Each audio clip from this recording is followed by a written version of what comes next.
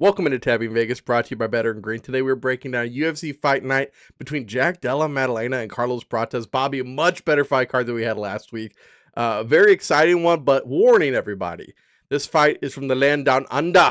This card kicks off at 3 a.m. So if you're watching this, get your fights or your bets in while you're watching this. Maybe put us on in the background. Put those bets on your phone. Otherwise, I'm not waking up, I don't think, at 3 a.m. I'll watch the reruns. But talking about these fights, Bobby, we're going to jump forward a little bit. We're going to start talking about Tai Tuivasa and Louis Sutherland. Some pretty interesting information that we've had pop up we're talking about before the show. Bobby, why don't you take it away with what you think is going to happen here?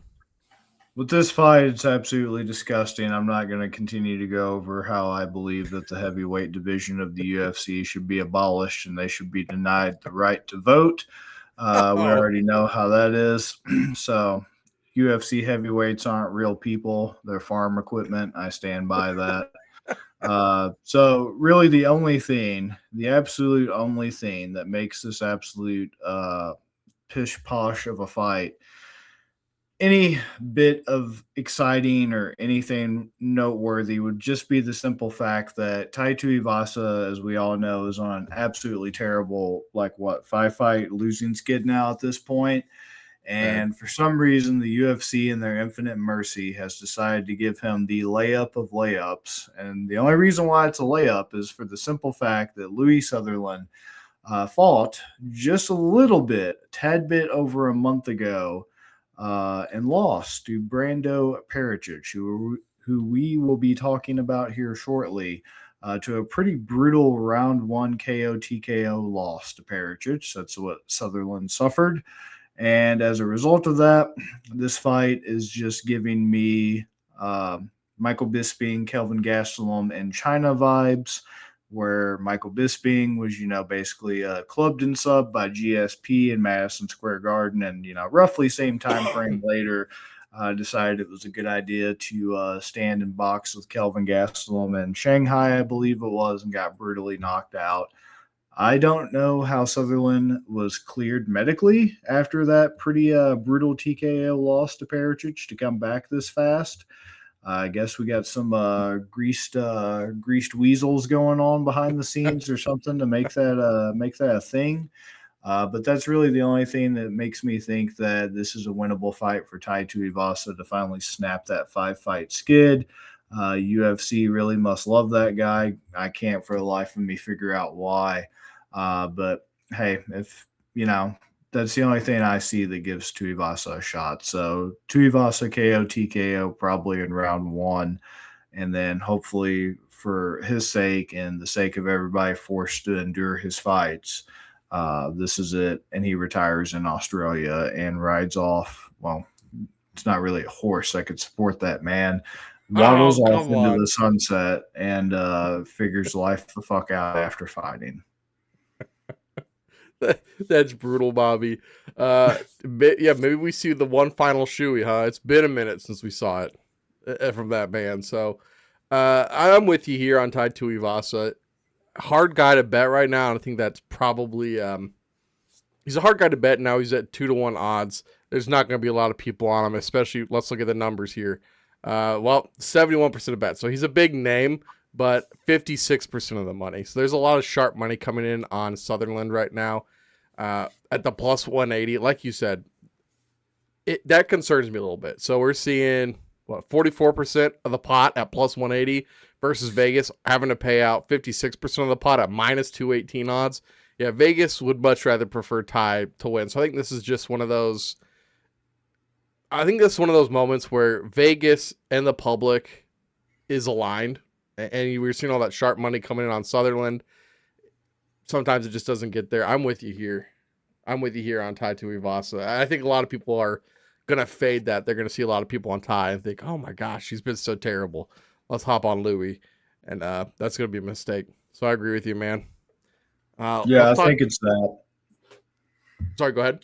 No, you're good. I was just going to say, I think it's that and a combination of people probably just aren't thinking that he fought not that long ago and was on the wrong end of a pretty bad knockout. So they're just overlooking those pretty simple things, I think. Yeah, absolutely. And it could be part of that is people not even looking at Tapology. I think there's a couple people that just see the names and know who they like betting on, who they like fading. So they could just be dumping a lot of money in on Sutherland. Those people that maybe don't do as much research. Let's talk Right. about next. We got Shamil Gaziev versus Brando Percic. Bobby, I hate this fight. Looking at the money percentages here, 74% of the bets are on Percic. And then I say it every show, gonna keep saying it every show. When you start seeing that sharp money come in on the favorites, that's a pretty big sign there. Sharps, they like playing the underdogs because you don't have to win as much. 90% of the money, Bobby. 90% of the pot there on Percic. That's huge. And at the minus 135, that's a little scary. That's a pretty big liability for Vegas versus paying out 10% of plus 114. So my only concern here is Gaziev doing a lay and pray like he did with Dante Mays. I just think, he does have that. He's more of a striker, but he can grapple. And these big boys, man, once they get on top of each other, it's hard to get back up. So I feel like Percic has more ways to win, so I want to go him, and especially I don't have to take any methods here. I can just go Percic money line. But Gaziev winning a really nasty decision, I feel like, is in the cards. So if I was, which I probably will be betting this one, I'm not throwing a ton on this just because of that one possibility with Gaziev. What do you think? Yeah, this is a pretty frustrating fight. But there is a pretty big difference, I feel like, between Dontel Mays and the limited sample size we've seen of Brando. Brando's only like 8-1 in his career, but I mean, hell, man, for heavyweight, this guy could be fighting another 40 years at this rate. It's a division where you have some 6-1, not 8-1. That's Pericic. I mean, third UFC fight. Mentioned he's very young in his career, but so far 2 round 1 KO TKO wins over the aforementioned Louis Sutherland that we discussed and Elisha Ellison. Gaziev's just like one of the least inspiring Dagestani Russian guys, especially at heavyweight. That's just not a division. My thoughts on it, where I really think very many people are good, and Shamil Gaziev is just not what you would think when you think of a Dagestani Russian fighter. Right. It's been 2 years since he did the whole lay and pray grappling on Dontel Mays. And I mean, hey, so far that's the only loss that Pericic has suffered in his career, was a sub loss because he got out grappled. So it would be smart if that was the approach that Gaziev decided to take with this fight, but who knows, because lately he hasn't. 2024, May 4th, 2024, lost to Randall Raymont by rear naked in round 2. So got grappled and controlled. That's what happened to Pericic. But I mean, Shamil Gaziev, he's coming off a right hook loss in round 1 to Waldo Cortez Acosta, another young heavyweight prospect. Before that, he beat Thomas Peterson, and we talked about Dontel Mays. But I mean, what's also concerning is the guy got a Contender Series contract in 2023, won his debut over Martin Booty, and then just 2 official UFC fights, 3 fights total into being on a UFC card. Decided when he lost to Jairzinho Rosenstruck March 2nd, 2024, that life was over, and even retired briefly until he was like, what? They're giving me Dontel Mays. They must really like me, and they're giving Dontel Mays to me in the Middle East, and they're just going to let me, beat up Thomas Peterson in the Middle East and everything.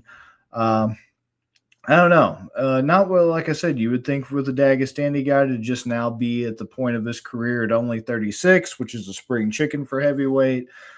He already finds himself basically, feeding prospects.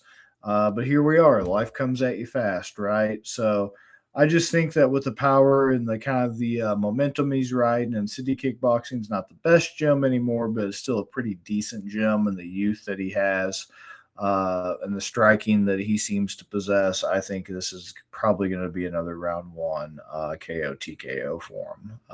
Unless Gaziev decides to actually be smart and to get a little truffle shuffle going on the ground there and start bumping and grinding and slapping some skin and busting some cheeks and whatnot. You know what I'm saying? Getting all hot and sweaty for 15 rounds down under while he goes down under. But I just don't see that happening. I don't think he's going to manage to keep his consciousness long enough to get within close a distance, and keep up that momentum. So, yeah, I definitely agree. Prates seems like he just definitely seems like the better striker. So I would love to see a first round KO, and then you and me aren't sweating it. yeah. Let's talk about one of the more controversial fights on this card. We got Tim Elliott versus Steve Erceg. Erceg was a -300 to -400 favorite when this card was announced. He's now down to less than a 2-1 favorite, -198.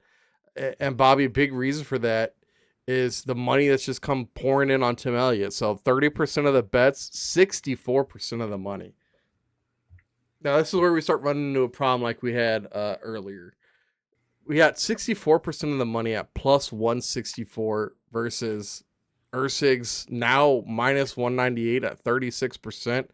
This is a huge Vegas liability here, and I think that like 36% at almost 2-1 -198. Is this just a case of Vegas and public lining up on the same side again here, Bobby, with Erceg getting 70% of the bets, or what's going on here? I mean, I think what's going to happen with this fight, and I could be wrong, but you guys know how I feel about Steve Erceg. I'm assuming a lot of you are pretty dedicated, repeat viewers, and I really appreciate that. I really appreciate the support. I really appreciate you watching the shows.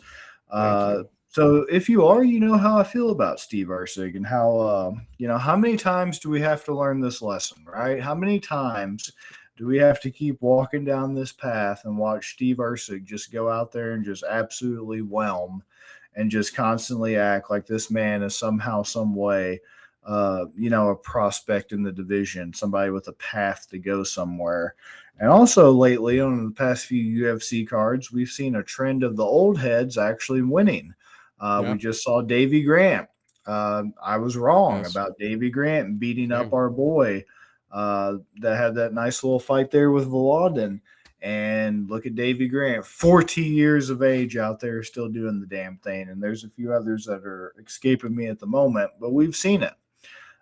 So, Tim Elliott, even though he's 39 in a division that we also talk about a lot on this show, the lower weight classes definitely are the ones that you don't want to be the old man in.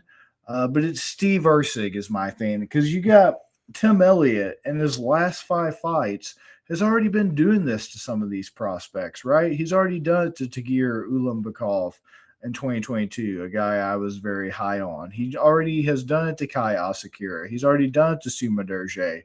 These guys that we've talked about on the show before that have, seemed to be on a tear or doing pretty well for themselves. And he's already beat them back. And then you're going to put him, this huge lion. You're basically, when you put, Steve Erceg up against the lion that is Tim Elliott, you're just taking this little, gazelle carcass and you're just tossing it over the enclosure. And you're just like, oh, it's feeding time. It's feeding time. This little dork, that everybody's like, he looks like Michael Scott. And it's like, that's the only reason why you like this dude. Like, he can't win anything of note. Like, you had to give him O'Day Osborne as a pity fuck. Basically, you saw him alone by himself at the prom trying to spike the punch bowl, and you calmly reached his hand away and just said, hey, you don't have to do that, bro. You don't have to roofie it. Come on, dude. Have a little self-respect. There's O'Day Osborne over there. Take him home. Take him home. Here's a condom. Here you go. And he's like, oh, gee, thanks, man. And he barely did that. He barely did that. He slid in. He barely lasted 5 minutes with O'Day Osborne, and then he was already twitching. And then he was like, no, I beat O'Day Osborne. This is great. Because, before that, lost to Brandon Moreno, lost to Kai Kara France, lost to Pantoja. His best win in the UFC has been Matt Schnell and David Dvorak. David Dvorak sounds like a Star Wars character. You're telling me that this man has potential? Come on. This is just another attempt of the UFC trying to give him, since he's from Perth, born and raised there, trying to give him a layup, but this time I don't think it's happening. I don't think this is the Tai Tuivasa pity fuck that's going to work out for him. Tim Elliott's just too crafty of an old vet, and when the money line is this way, and I mean we started off with Steve Ursig as a -3,400. That just does not make no damn sense to me in any type of world. And hey, if I'm wrong, I'll gladly be wrong. But you won't ever catch me on this show ever endorsing Steve Ursig to beat any damn body, except I did pick him over Osborne because, once again, we know how desperate apparently the UFC got, thinking this guy does something that I'm unaware of. But, yeah, I'm just going to stick Tim Elliott money line at +164 if it's that good. What do you think? Man, this one is so hard for me personally, and especially the over 2.5 set up -245. So Vegas thinks this one's gonna go the distance. Let me click over here real quick, see the winning methods. See, Steve Ursig started as such a huge favorite, and in a fight that's supposed to go the distance between a guy as experienced and scrappy as Tim Elliott, I just think they opened this line way too high. They opened at -300, -400, and I think Vegas kind of got caught with their pants down. I think the public kind of had their ass there, and now they're kind of, I mean, we've seen how far they've came down. They're clearly reeling, but the house doesn't often lose. And right now, the public, I think I have to be like on the public side just because of how big of a liability the sharps are with Vegas here. I think I would do Ursig at the decision at -110 because I do think this probably does go to decision. I mean, watch him get the KO at the +900, but I really do. I think Elliott's just too durable. I think Elliott's too durable. Ursig, like I'm like you. I don't think I'm not gonna call him a dead gazelle carcass. Jesus, but just feeding at the zoo, buddy. I that shit over. I'm not going that far, but I think I am going to take the chance on him here that, especially with some of the weird stuff we've been seeing lately. Bobby, you got to remember, this goes to decision. Where is this card at? I mean, I don't even know anymore because, like, Canada, I thought the Canadian fighters would get those home cooked decisions. Sometimes they're a little there's some weird decisions. Trust me. We've talked about how every week there's just enough of a kooky decision to raise suspicion, but they still have pretty decent, plausible deniability. I don't know now, man. I don't know. It's their boy Ursig. I mean, they do really want that man to win. They might give like Tim Elliott an enema before this or something, and like lie and say he's scheduled for a massage, and somebody comes into the PI and slips an enema or suppository up there or something. It's got like a little robot camera that like just paralyzes the man's colon for the fight and just like doubles him over when he gets a body shot. And that'd probably be the wonky one of the week for this card. That's the one I guarantee there's probably going to be some wonkiness on because we've already got the weird betting odds that Mr. FBI is probably looking into. Why the hell is Ursig not the -300 he should be? The guy's a killer. And then, we're going to have him pull out some odd, crazy win on Australian home soil and just do that stupid little office style shrug look into the camera like Ryan Hall, be like, I'm just that good, buddy. Oh man, you know what? Why is Ursig's submission the next highest? I would think Ursig KO would be the next highest.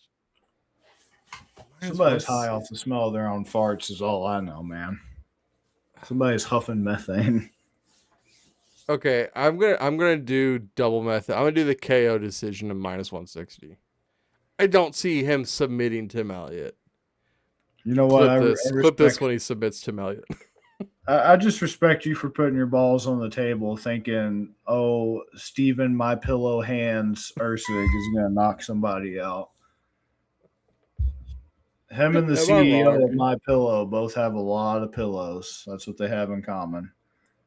They keep their hands full of them. Okay, you talked me off of it. I'm gonna stay on Usyk decision. Can't catch either one of those guys without pillows in their hands. The only way he could knock somebody out was Matt Schnell for the. Was that the first time in his career? No, okay, an Eternal in 2019. That was his first KO though against Schnell since 2019. So So the cop comes up, knocks on your window with the flashlight. Have you boys been sleeping tonight? your boy's looking awfully tired. I saw you crossing over the center line multiple times. Did you just get done watching a Steve Usyk fight? No, it's dangerous to drive home after watching an Usyk fight, right? Are you under the influence of mid fighters? Let's talk about this next one, man. We got Beneil Dariush versus Quillan Salkleed. There's not a lot to say about this one. I mean, Quillan minus 485 favorite. It's the under 1.5 rounds is minus 145. Oh, I mean, is this one of those you can get however you like fights, Bobby? Let's see. Salkleed minus 185 KO is what I was thinking. Plus 550 submission. Double method to get the finish. Wow. Still minus 275. Minus 185 KO. I mean, that's a horrible number, but I mean, that's probably what happens, right? Dariush, I feel like I like Dariush a lot, and I've been pretty high on him on the show to an extent, to a fair extent, but this just feels like he's not going to have another run, man. He's not durable enough. And I just feel like Quillan is probably going to put him out again, or at least make the ref step in. I do think this is going to be a KO. Do you see this happening any other way? Yeah, so the main thing I've seen with this fight that kind of makes people a little bit hesitant to go on Quillan is just like, well, Dariush beat Moicano. Okay, that was June 28, 2025 when that happened. And I love Hanato Moicano. I actually really like him a lot.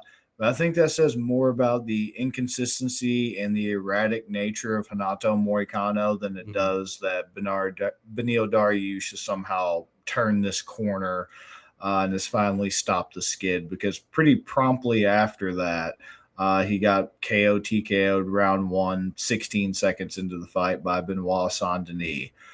So I don't really think anything's changed, I mean, he took a year off after losing to Oliveira by TKO in round 1, losing to Saruki in TKO round 1. And that's great. And that's, a huge confidence booster to come back from that year after those 2 back-to-back brutal KO losses in the first round. But then when you just turn around and you think you've turned that corner and you get put right back down, I just don't think it's going to work out for Dariush. I also like Dariush as well. I was a big fan of his. He's always been a dark horse in the division. But I mean, at 36 years old, coming off that, your chin can't take much more. And it's not like those were the first times he was knocked out either, right? I mean, he also lost to Alexander Hernandez to a TKO. Like, it's pretty brutal, man. So, yeah, killing Salkleed, I get it. People are like, oh, he's not proven and all that. And, yeah, he's pretty young into his UFC career. But, I mean, the guy is active. He's fun. He's exciting. He's only been to decision 1 time since he's been in the UFC. I mean, what more could you ask for, Right. It's just that's the type of guy you should be rooting for, right? Somebody who's active. They finish. I mean, he fought 3 times in 2025. Like, hell, man, that's unheard of in this day and age of the UFC. That used to be the standard. Now you have to beg guys to fight 3 times in a year, even when they're making quick turnaround like that. Only going to decision once against Yanel Asmus. So, I mean, yeah, I just think that the deteriorating chin of Dariush, how he's had so many KO losses in such close proximity and everything, and the youth of Salkleed and the reach advantage and the height advantage and everything, it's just really going to work out for him. And it's going to be a finish. And, I'll actually I'll go. Would you go with? What was your method? Or I went the KO. KO? I'm going to go KO as well. I could come back to this. We'll see. Okay. Yeah, it's just those durability concerns are real for Dariush. 100%. Let's talk about the main event, man. This is your boy. What are your top 5 favorite? We got JDM versus Carlos Prates. Bobby, your boy's the underdog too. How are you feeling about that? I don't like him anymore. He sucks now. That's what some of y'all sound like whenever your favorite fighter loses, even though it's just a one fight skid and they haven't lost in like 5 years. You're just be like, they suck. That's not my favorite fighter anymore. My favorite fighter is the champion of each and every division. I think they're exciting. But with all that being said, yes, I am very torn on this fight. And I am extremely back and forth on it. I've waffled and waffled and waffled. Unfortunately, I think I'm going to have to go against JDM though, and here's the reasons why, man. Here's the reasons why. He's coming off the pretty brutal loss to Makhachev, and I think that's going to be a very important indicator of his mental state, because he was already very mentally off in that fight and, quickly realized he was kind of in over his head. And that was kind of, not the first time. He started off his pro career with 2 back-to-back losses by finish, and he was able to rebound beautifully. So I do think he's got the mental resiliency, but I'm just kind of curious to see how this transpires, because, he's a guy that, even though he's always going to be in my top 5 and I really like him, I've always been concerned. He's always done just enough in his fights to make some very questionable decisions and to kind of have some fights that I didn't think should have been as close as they were, like his fight against Basil Hafitz comes to mind. His fight against Kevin Holland comes to mind, or 2 fights that I just did not feel should have been that close, right? Plus also, he timed it perfectly and he set it up, but the whole Gilbert Burns fight was also concerning. It's just he's had just enough that just makes me kind of wonder where his head's at, where he's going. And the other thing with this is, Prates being kind of like a long Muay Thai guy with the, height and reach advantage and everything. That's another thing that kind of, I feel like, works against Maddalena. Plus the fact that Prates uses a lot of calf kicks, a lot of body kicks, things like that, that are going to kind of keep JDM at bay, and some things that he struggled with. He was struggling with calf kicks even up against Makhachev. The knees that Prates throws, all those things just kind of make me think that, the style of Maddalena is just kind of tailor-made for Prates, right? Like, he's heavy on that front foot, which is going to be susceptible to those leg kicks and those calf kicks. He stance switches, which is good to kind of keep Prates on his toes, as Prates is primarily a southpaw guy. So, JDM does have a pretty good left hook, which Prates is susceptible to, and he can, crack. He does have good power. But, I just think I see this fight, unfortunately, it's a 5-round fight. I think he's got the cardio, so that's an advantage over Prates. I still think overall, drinking and smoking as much as he apparently does is going to definitely be a detriment to Prates. So that's the only other thing I could think of that would work in JDM's favor with this being a 5-rounder, is taking advantage of the cardio of Prates here. But hey, he did have that pretty close decision against Gary that went the whole distance. So I don't know. Maybe he's just an outlier. Maybe he's like that Chinese dude that almost, won a marathon smoking cigs or something. I don't know. Yeah. But yeah, that's just the things that are just kind of like, man, everything about how heavy he is, his stance and everything, how he kind of likes to, pressure you, and he is good at working the body. Another good thing he has, but it just feels like to me he's just going to walk on to something from Prates. And Prates just has a pretty good amount of power. He has good shot selection and placement. And I just feel like he's going to try to pressure. He's going to get caught up. He's going to get behind quick. Those calf kicks are going to add up, things like that. So he's going to try to, walk in on Prates and just like eat a knee or eat a counter punch or something like that. Because it's kind of a weird double-edged sword. That's kind of what you have to do against somebody who's going to kick a lot like Prates. You have to, with a call crowd the kicker, and you don't want to just stay at the end of their leg Mhm. and just eat those flush headshots and everything. But yeah, he's also not bad with the hands either. That was a problem. And like I said, those knees are also concerning. He just throws that knee almost like an uppercut. And it's like, Yeah. okay, if he's coming in, he can time that knee or something as well. If he's crowding the kicks, and that's just kind of what concerns me. If it was somebody who just threw a lot of kicks without knees, didn't really have the hands as well, I think JDM, his best bet, honestly, is to try to grapple a little bit. I think that'd be good. But I Yeah. mean, hell, it's what Leon Edwards tried, and he had some success until Carlos decided, he had enough of it and put his lights Yeah. out. So yeah, I just think those are it's just unfortunately kind of like the styles, to me at least, are just kind of tailor made to just clash with like Prates just winning. But we'll see. But my official prediction is Prates. And then as far as like a method, or if I'm getting anything good here on DK, or if the FBI is going to let me get something, if they're going to let me have it, let's see. Not bad odds. Plus 102 money line on JDM, minus 122 on Prates there. 43% of bets are on Maddalena. You got 57% on Prates. Prates KO TKO plus 165. It's not too bad. Not too bad at all. I'll just go Prates money line for now, I think. What do you think? You know, I was going to be on JDM before, and then just listening to you talk and like some of these other things I'm seeing right now, it's just I think I am switching. My concern and why I was on JDM before was Prates just he has the more meaningful strikes, but he's just not as busy as some of these other guys, right? I think JDM, if you're just looking at it from a per strike aspect, like in this fight, who's gonna throw more?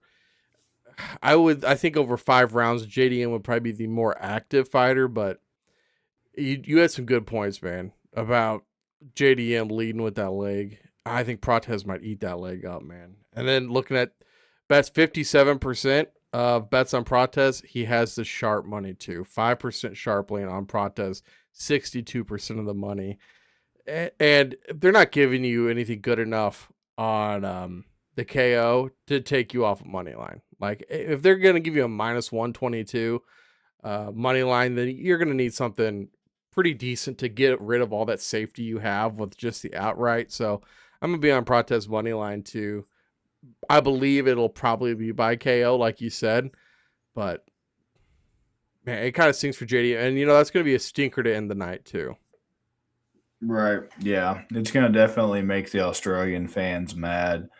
Um, it's just, Prates, man, like I was watching the Trevin Giles fight he had, and Trevin Giles was having a lot of success, but Prates is just one of those guys, man. It's like, yeah, you're doing everything right. Trevin Giles was crowding him. Trevin Giles was lighting him up with the left hook. He was throwing some vicious shots, and I get it, right? And I know JDM is a hell of a lot better fighter with more Right. power, better technique, skill, et cetera, than Trevin Giles.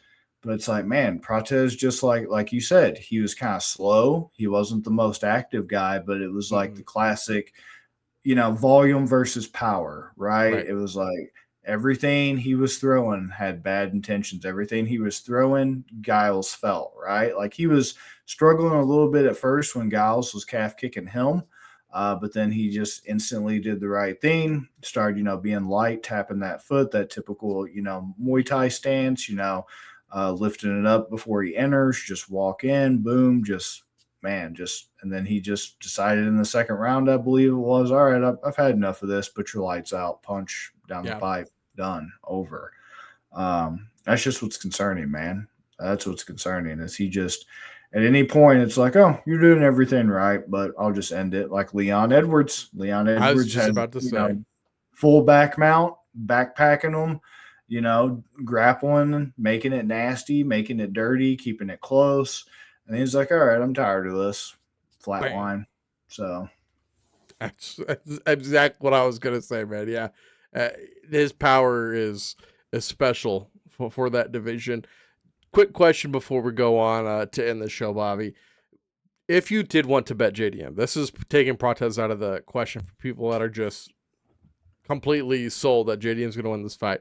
Would you do JDM at the plus 102 and take the safety? Or because of that activity, would you take him at the plus 300 decision if you're going to bet him and then just fade the KO? Or would you rather just have the safety of having that KO in there too? My concern with like going to decision, even though it's in Australia, is like if Prates gets even like one knockdown, man, it's like every round of MMA in theory, how the rules and everything else is set up, you're supposed to judge each round individually, not taking into account, well, I think he won, the whole fight because of, you know what I mean? Like it's round one is round one, round two is round two. But it's like, it felt like with Montel Jackson Howney last week that it was like, oh, Montel won because of that knockdown in round one. And it's like, okay, how about what happened in round two when he almost got subbed and he was probably 2 extra seconds away from tapping out? And then in round three when he almost got subbed again. So my concern is if Prates gets like even one knockdown, man, it's like that's all they're gonna fixate on. It's like, oh, dude, that was a 10-7, dude. That was a 10-7. And then somehow you end up with some crazy ass scorecards, and one judge would be like 30-27, 30-27, 29-69 or some shit. And then it's just like in the winner by split decision. So I would just go JDM money line because there's too much weirdness going on with scorecards lately and everything, man. It's just a bit too odd. And then I don't really know if he could get the KO TKO. Even over 5 rounds. I don't know. I don't like Ian Gary, but I can respect Ian Gary's talent.